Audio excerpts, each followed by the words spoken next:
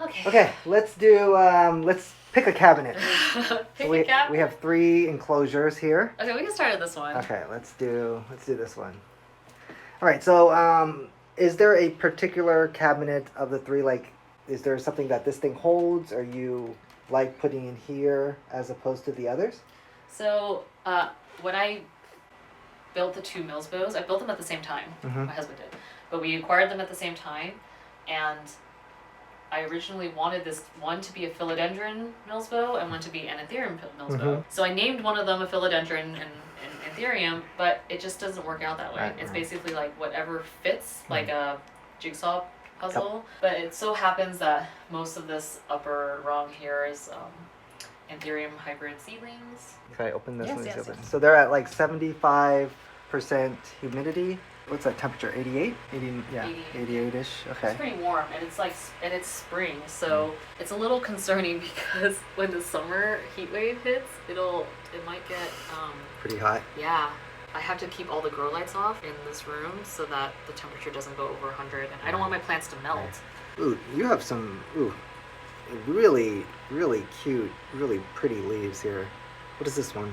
That's a Magnificum, but I'm pretty sure it's a hybrid. Mag Verde, and hybridized with Ace of Spades. Oh, okay. Ooh.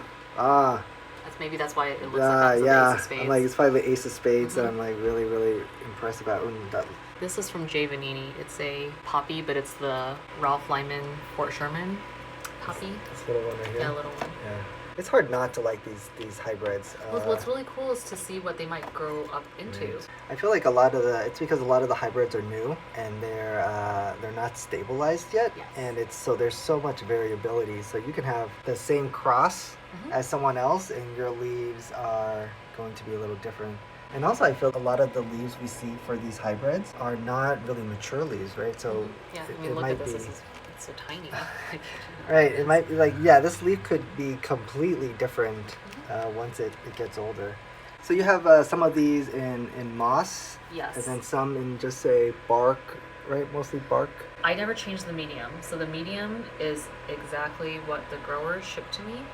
You're supposed to remove the moss top dressing, but sometimes it works out better for me to leave the moss on because I'm an underwaterer with how many plants I have. I just can't water them at the regimen that they would like. So it's actually better for me to trap moisture in with the moss. Right. So someone who's an underwater or overwaterer could kill a seedling that way, just because the soil substrate dries at a different rate than the moss substrate. Yeah. Also, it's hard because the grower ships in these nursery pots where you can't see the roots, so you don't know what's going on there. Like I don't know how dry or how wet the soil is. So recently I just look at the leaves. Like if the leaves start to droop a little bit, then I give them a little bit of water, and that way at least I know I'm not overwatering. Oh, that's very nice. Look, it's funny. Remember, this was it was 75 before we opened it, and now it's there's a significant change. Yeah. So I try to keep the humidity in the 70s and not too much higher than that, because ideally it would be great to acclimate all the plants slowly and more to like ambient humidity, and you can do it like over a long period of time, like dropping the humidity like 10 degrees, like 5 degrees every few weeks. What's this one? That's a variegated giganteum. And you'll see that pretty much all of my cups are boba cups. I like to use takeout containers and boba cups just basically as a way of upcycling. Gosh, all the white princesses that I've seen have all been really, really nice. Like the variegation is just so stable on these compared to the the white knights and the white wizards. That's an Escalito. Escalito, right? Very nice. One of the silver something. That is a Crystal Hope. Crystal Hope. So everything's just mixed in. I just try to like Tetris things for where they fit. That is a Anthurium Canal Queen, which is made by J. Vanini. Oof. Man, he produces good stuff. Yes, I mean, look at it. It's just so pretty. This is one that I'm also super proud of because it was also like it arrived to me like the size of one of these little seedlings, and I managed to grow it to this. This is a black crystal magnificent. So how long does it take to get to something from this to this? Okay, maybe I'm exaggerating. I think it arrived to me more like this that. size. Okay. And this was last fall, so 8 Like months. half a year. 6 to 8 months to get like, and then each leaf is like bigger and bigger and bigger. Right now, this is the newest leaf. It's velvety and like kind of bumpy, bullet, and Oh yeah, the bumps. Yeah, yeah. and then the silvery veins, and then this one has a red pink margin around the leaves. It's funny because like I never really noticed the bumps in this leaf before. That's funny. Oh, and then is this one back here something different? That is a red crystal from NSC Tropicals. It's not looking so happy right now, and I think it's a nutrient issue. Normally the leaves should be a lot darker. That's a philodendron gigas. Gigas, yes. I love this guy. I feel like it's super underrated. It's super underrated. I'm doing this poor plant dirty because it needs a pole. It needs like a real sturdy moss pole to climb because the leaves are supposed to get bigger, but mine are getting smaller because I'm neglecting it. Preso Verde. Preso Verde. Oh, it's a bit of a young one. That's nice.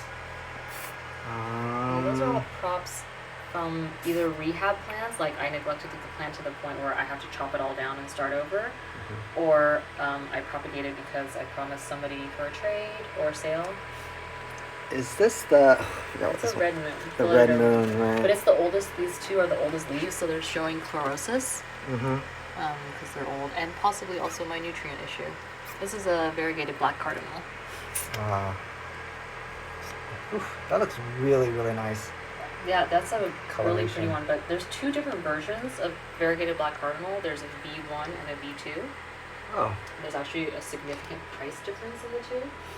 Huh. The V1 is more desirable, and the V2 has more yellow and orange variegation. Let's see this. This is your humidifier back here. Yeah. It's a small travel one. Oh, wow. It's very small. How often do you have to... I was like, wait a minute, I'm blind or something, so it's the thing, and it's, here's your water supply. Yeah, it's just a water, you just have to go buy a water bottle. Went to the any water bottle grocery can store and do. just used a water bottle. Because it's a travel one, you just take it with you and you can find a water bottle wherever you are. And you can just use a regular drinking water. It's amusing to me that someone ever thought that you needed a portable humidifier, but I guess that you do. Well, I think if you like all of a sudden go into high elevation, or like you go to Colorado, it's so dry. Yeah. It's so dry. Okay. Here are the Thai constellations Let's that see if are I the can- bane of my existence, and I will never buy another Thai again because these two both rotted and then was put into a bucket with an air bubbler for 8. This one was for 8 months, and this one's been like for 5 months, and I just ignored them until you were coming, and I was like, I should probably take them out of this Home Depot bucket. Now they're lost, and we'll see what happens. Yeah. Ties just break my heart. It's just part of Part of plant ownership. It's part of the planting thing. Yeah. If you can keep one of these alive without any root rot, you've made it to boss level. All right, let's